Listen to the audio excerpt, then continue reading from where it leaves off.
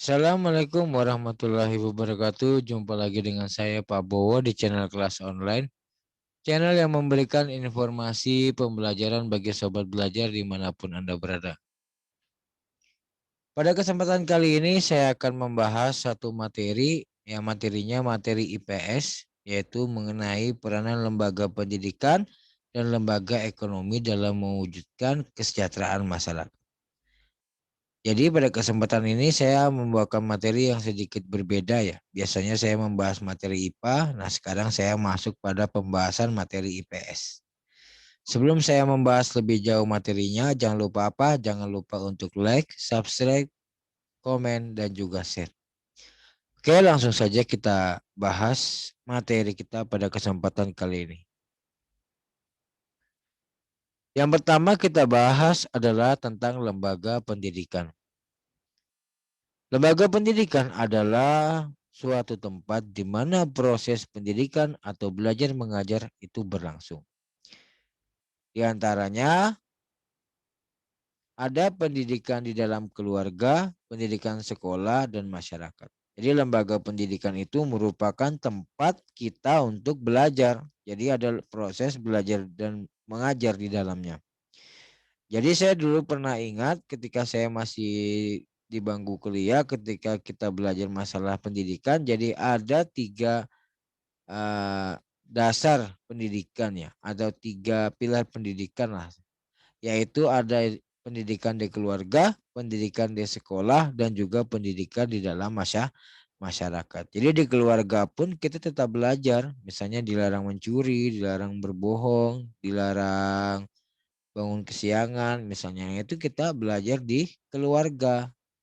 Begitu di sekolah kita juga belajar materi dan juga belajar eh, ibaratnya norma dan aturan juga yang ada di sekolah dan ada di masyarakat. Begitu juga di masyarakat juga merupakan tempat kita belajar, ya belajar aturan yang ada di masyarakat. Nah, seperti itu. Lembaga pendidikan bisa juga diartikan sebagai suatu badan yang berusaha mengelola dan menyelenggarakan kegiatan-kegiatan sosial kebudayaan, keagamaan, penelitian, keterampilan, dan keahlian. Nah ini kalau kita sudah berbicara apabila pendidikan itu memiliki suatu badan, ya mempunyai suatu struktur atau memiliki pengurus seperti itu ya.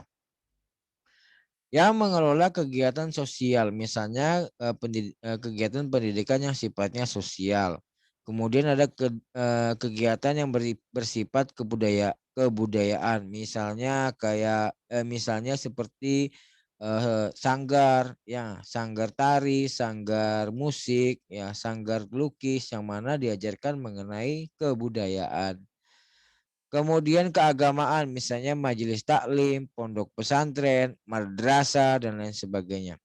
Ada penelitian, ini biasanya di tingkat SMP, di tingkat perguruan tinggi yang mengadakan penelitian. Keterampilan dan keahlian, misalnya kursus dan balai latihan kerja, misalnya kursus komputer, kursus bahasa Inggris, kursus masak, ya pelatihan montir, ya, itu diharapkan nanti mendapatkan keahlian dan keterampilan. Kursus penjahit misalnya seperti itu. Tujuan dari pendidikan yaitu mengubah tingkah laku individu menuju ke arah yang lebih baik melalui interaksi dengan lingkungan sekitarnya. Jadi tujuan lembaga pendidikan itu adalah membuat individu memiliki sikap yang lebih baik dari sebelumnya. Ya namanya proses belajar itu kan berarti dari yang tidak tahu menjadi tahu. Dari yang belum tahu menjadi tahu. Diharapkan ketika seseorang itu mendapatkan suatu pengetahuan, maka dirinya, sifatnya atau kehidupannya akan berubah. Nah, itu adalah tujuan dari lembaga pendidikan. Jadi lembaga pendidikan itu ada tiga, ada formal, informal, dan non formal. Pendidikan formal ini bisa dikatakan sebagai jalur pendidikan terstruktur dan berjenjang yang terdiri atas pendidikan dasar, pendidikan menengah, pendidikan tinggi. Jadi yang dikatakan pendidikan formal itu adalah pendidikan resmi. Dia memiliki struktur itu berarti memiliki susunan dalam lembaganya. Misalnya kayak sekolah. Sekolah itu merupakan lembaga pendidikan formal karena di dalamnya ada kepala sekolah, ada guru, ada siswa, ada aturan dan tata tertib gitu ya, ada jadwalnya, itu berarti terstruktur.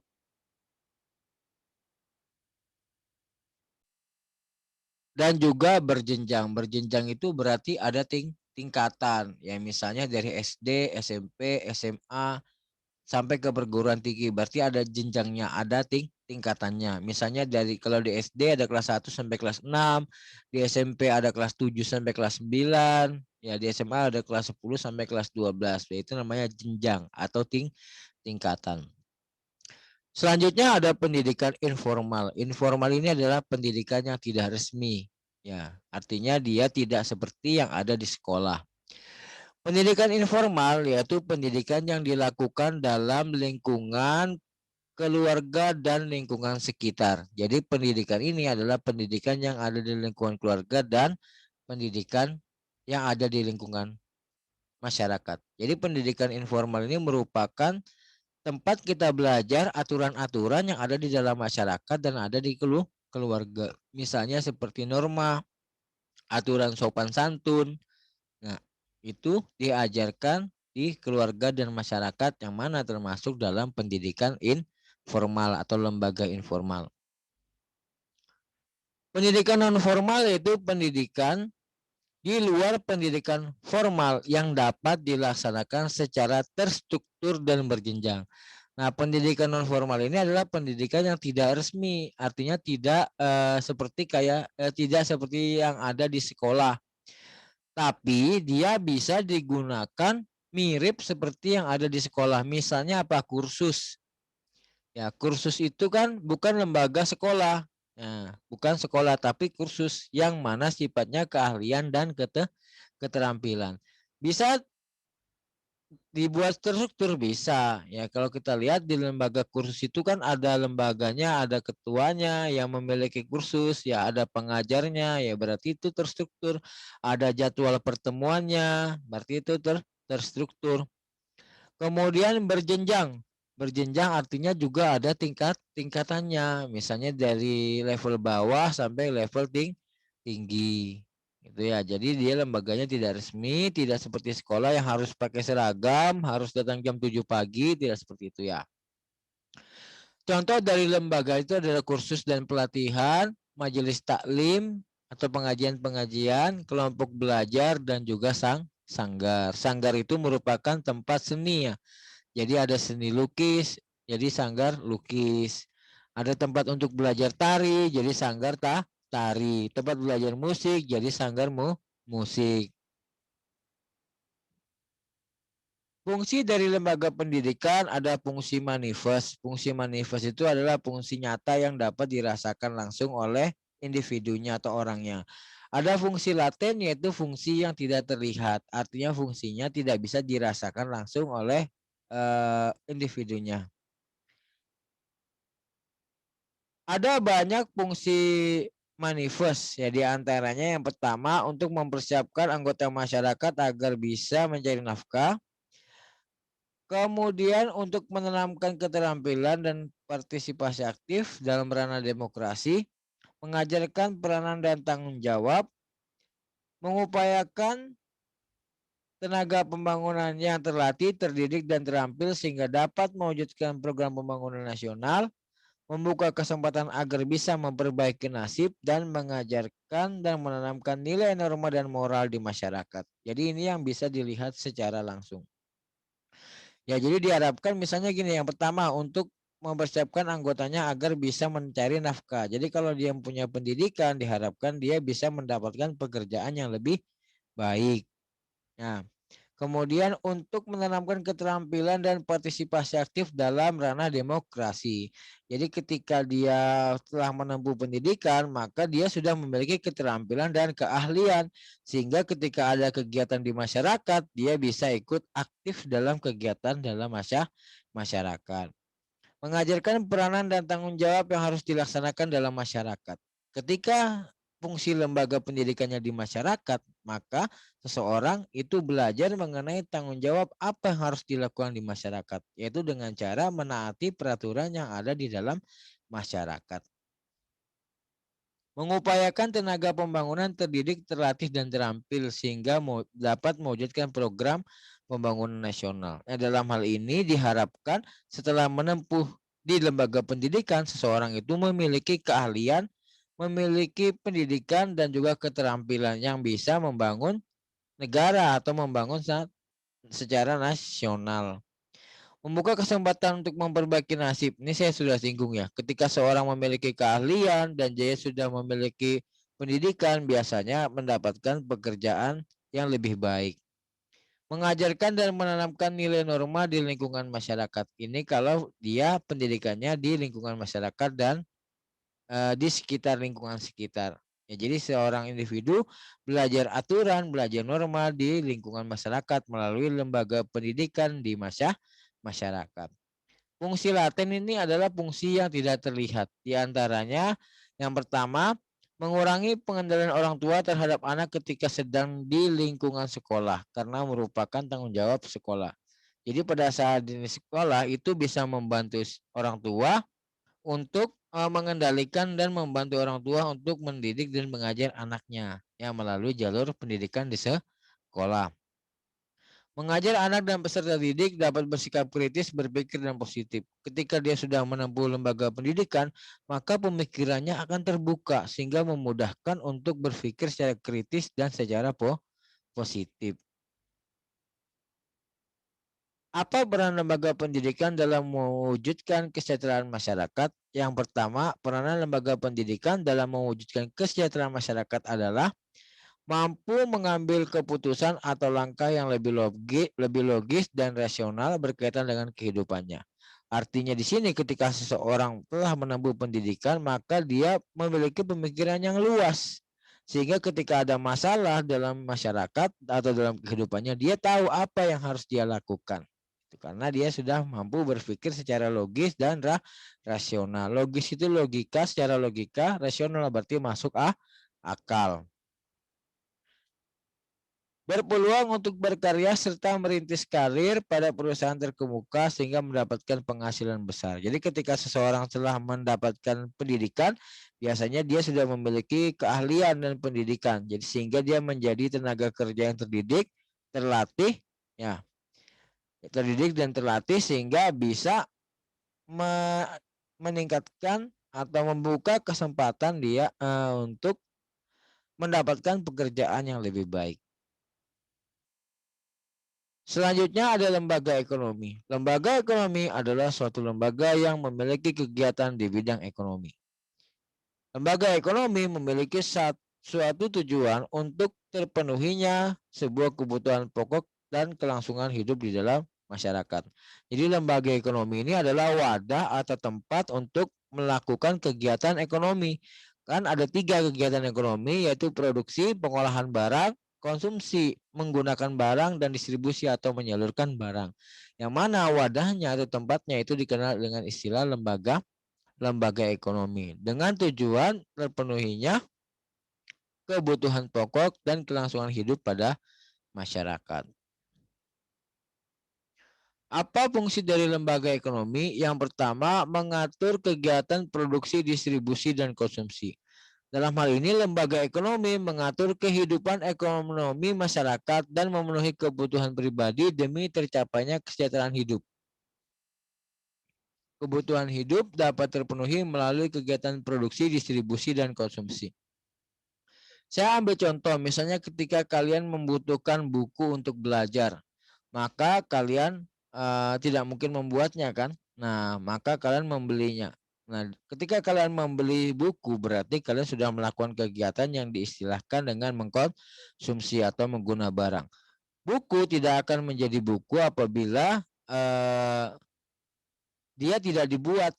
Nah, dia tidak dibuat oleh produsen.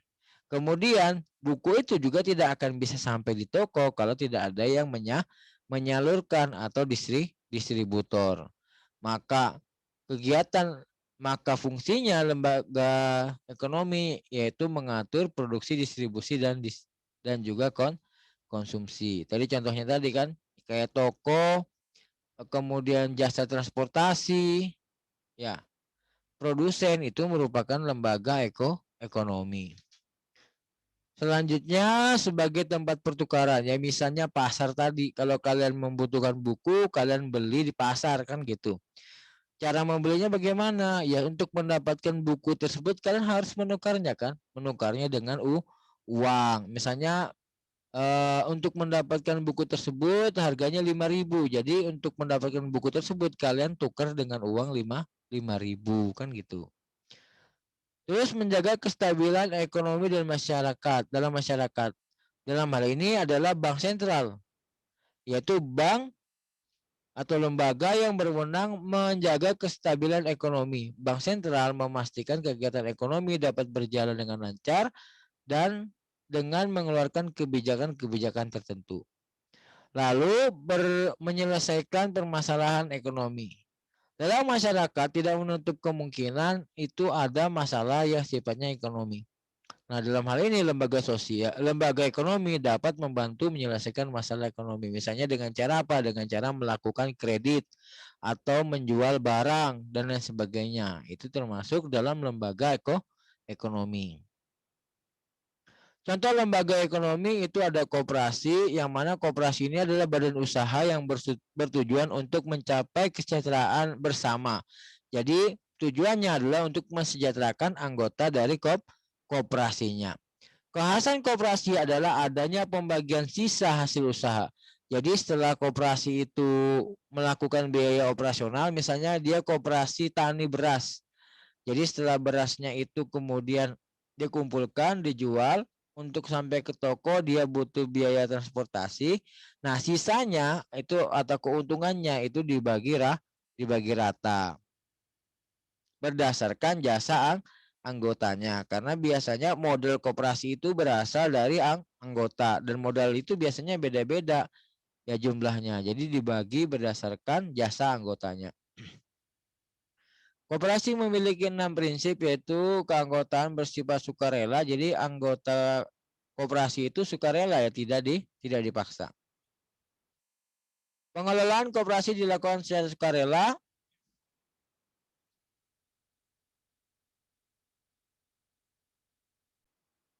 Pemberian balas jasa terbatas pada modal, jadi tergantung pada modalnya. Kemandirian dan pendidikan perkoperasian serta kerjasama antar koperasi. Selanjutnya ada pasar. Pasar merupakan tempat bertemunya penjual dan pembeli. Dalam mekanisme tertentu di pasar, masyarakat bisa mencari barang yang dibutuhkan dengan menukarnya dengan alat pembayaran yang sah, yaitu uang. Jadi pasar ini merupakan tempat bertemunya antara penjual dan pembeli. Contohnya tadi, ketika kalian mau membutuhkan buku, maka kalian harus membelinya ke pasar. Dan untuk mendapatkan buku itu, kalian harus menukarnya dengan uang sebagai alat pembayaran yang sah.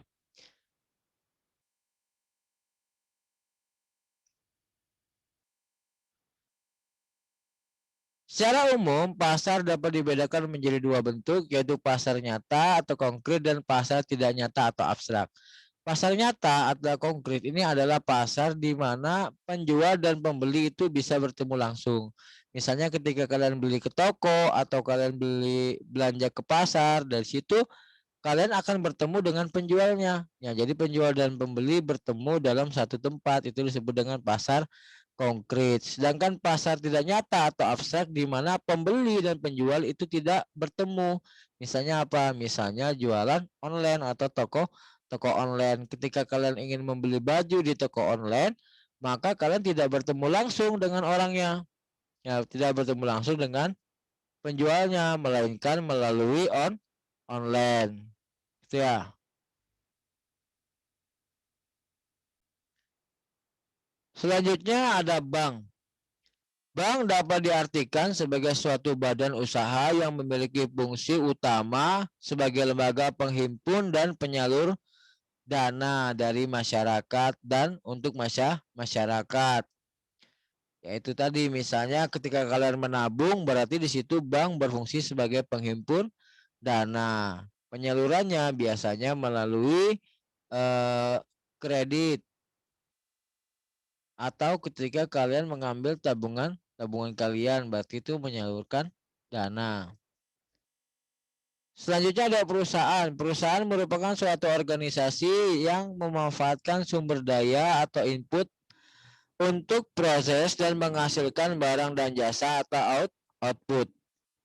Sebuah perusahaan yang didirikan oleh perseorangan atau kelompok itu umumnya bertujuan untuk mendapatkan keuntungan atau laba. Akan tetapi ada juga perusahaan yang tidak mencari keuntungan disebut dengan perusahaan nirlaba atau non profit.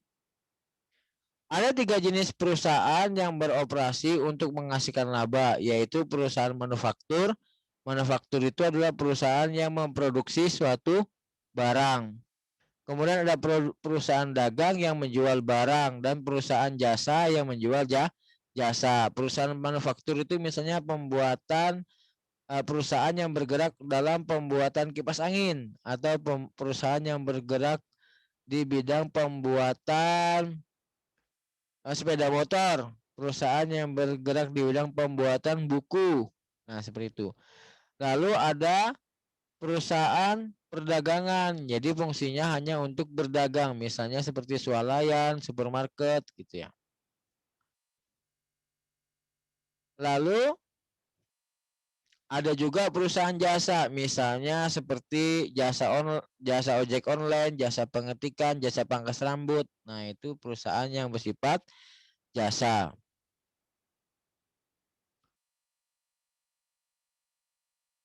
Adapun bentuk-bentuk perusahaan antara lain yaitu ada perusahaan perseorangan, perusahaan persekutuan, dan perusahaan perseroan. Perusahaan perseorangan adalah perusahaan yang dimiliki oleh satu orang. Ya, misalnya ya cuma satu orang yang memiliki, misalnya seperti toko swalayan.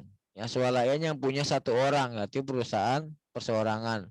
Kemudian ada perusahaan persekutuan, yaitu perusahaan yang dimiliki 2 orang atau lebih individu yang menyetorkan modalnya ke perusahaan untuk bekerja sama.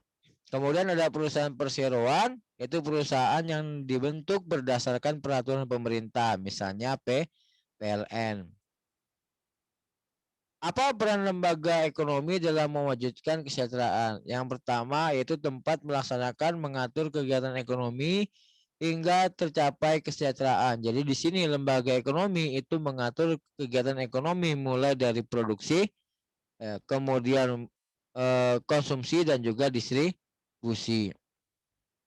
Kemudian memudahkan untuk memenuhi kebutuhan. Jadi karena lembaga ekonomi tadi sifatnya merupakan wadah untuk kegiatan produksi, konsumsi, dan juga distribusi hingga memudahkan si konsumen untuk mendapatkan barang untuk memenuhi kebutuhannya.